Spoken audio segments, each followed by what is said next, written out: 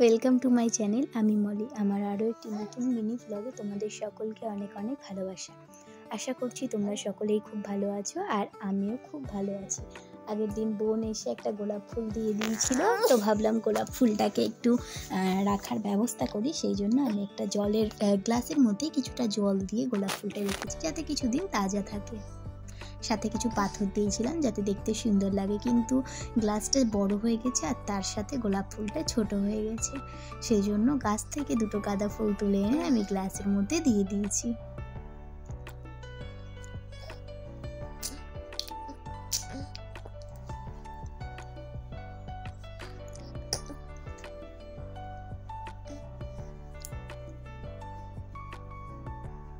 এখানে ভিভানকে আমি গান শোনাচ্ছিলাম, কারণ ও গান শুনতে খুবই ভালোবাসে। আচ্ছা চলো, ও যতক্ষণ গান শুনছে ততক্ষণে আমি পুজো এবং স্নান সেরে নিই। তারপর আমি বানাবো বাটা মাছের টক ঝোল। সেই জন্য কড়াইয়ে কালো জিরে দিয়ে, তারপর যে টমেটোটা তোমাদেরকে দেখালাম, টমেটোটা যেহেতু বড় সেই জন্য আমি ওই একটা টমেটো দিয়ে আমার হয়ে যাবে। তোমরা চাইলে যদি ছোট টমেটো হয় তাহলে তোমরা 2 থেকে 3টে ব্যবহার করতে পারো। যেহেতু এটা বড় সেই জন্য আমি একটাই দিলাম, আর সাথে দিয়েছিলাম লবণ আর কিছু লঙ্কা। কাঁচা লঙ্কাগুলোকে একটু চিড়ে দেব। মশলাটা যখন কষে আসবে তখন তার মধ্যে দিয়ে দেব হলুদ গুঁড়ো,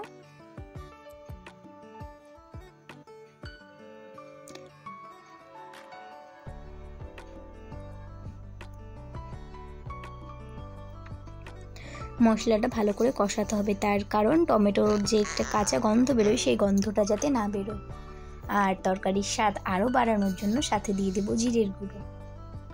মশলা থেকে যখন তেল ছেড়ে আসবে তখন তাতে ঠান্ডা জল অথবা গরম জল ঢেলে দিতে পারি।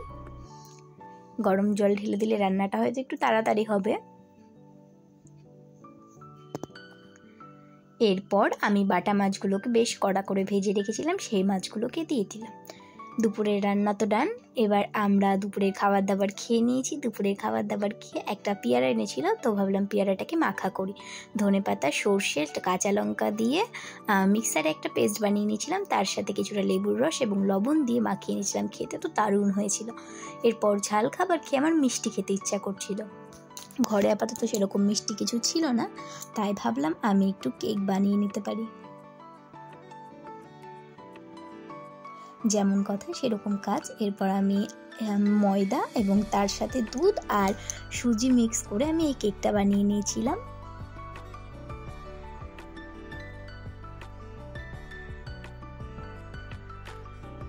কেকটা খেতে যে খুব একটা ভালো হয়েছিল তা না, তবে মোটামুটি হয়েছিল। আবার খুব খারাপ হয়েছিল সেটাও কিন্তু না, তবে একদম পারফেক্টলি বেক হয়েছিল। আচ্ছা, জানো তো আমি না ভিভানকে আজকে প্রথম বসানোর চেষ্টা করলাম, তো দেখলাম ও 2 থেকে 4 সেকেন্ড বসতে পারছে। আর হয়তো 1 মাস সময় লাগবে, তাহলে হয়তো পুরোপুরি ঠিকঠাকভাবে কোনো কিছু সাহায্য ছাড়াই বসতে শিখে যাবে।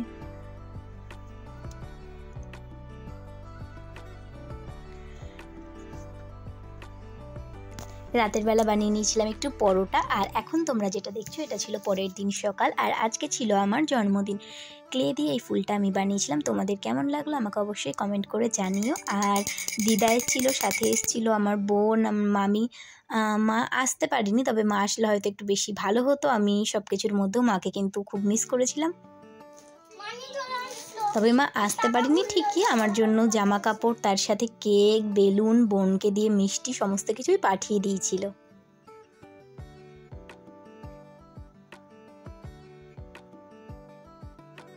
আর তার সাথে পাঠিয়েছিল হচ্ছে কিছু মশলার কৌটো।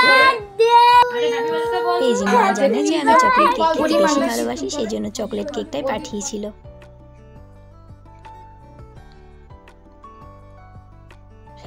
সাথে ছিল হচ্ছে 5 রকমের মিষ্টি, পায়েস।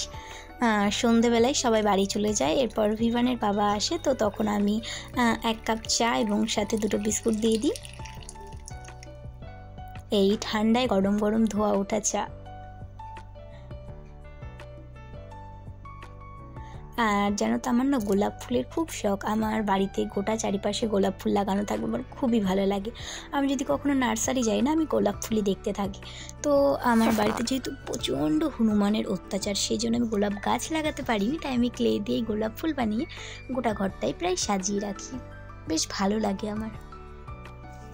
এই সোয়েটারটা ভিভানের দিদা ভিভানের জন্য পাঠিয়েছে। আমার সব থেকে ভালো যেটা লেগেছে সেটা হচ্ছে এই হাতির স্যুটটা।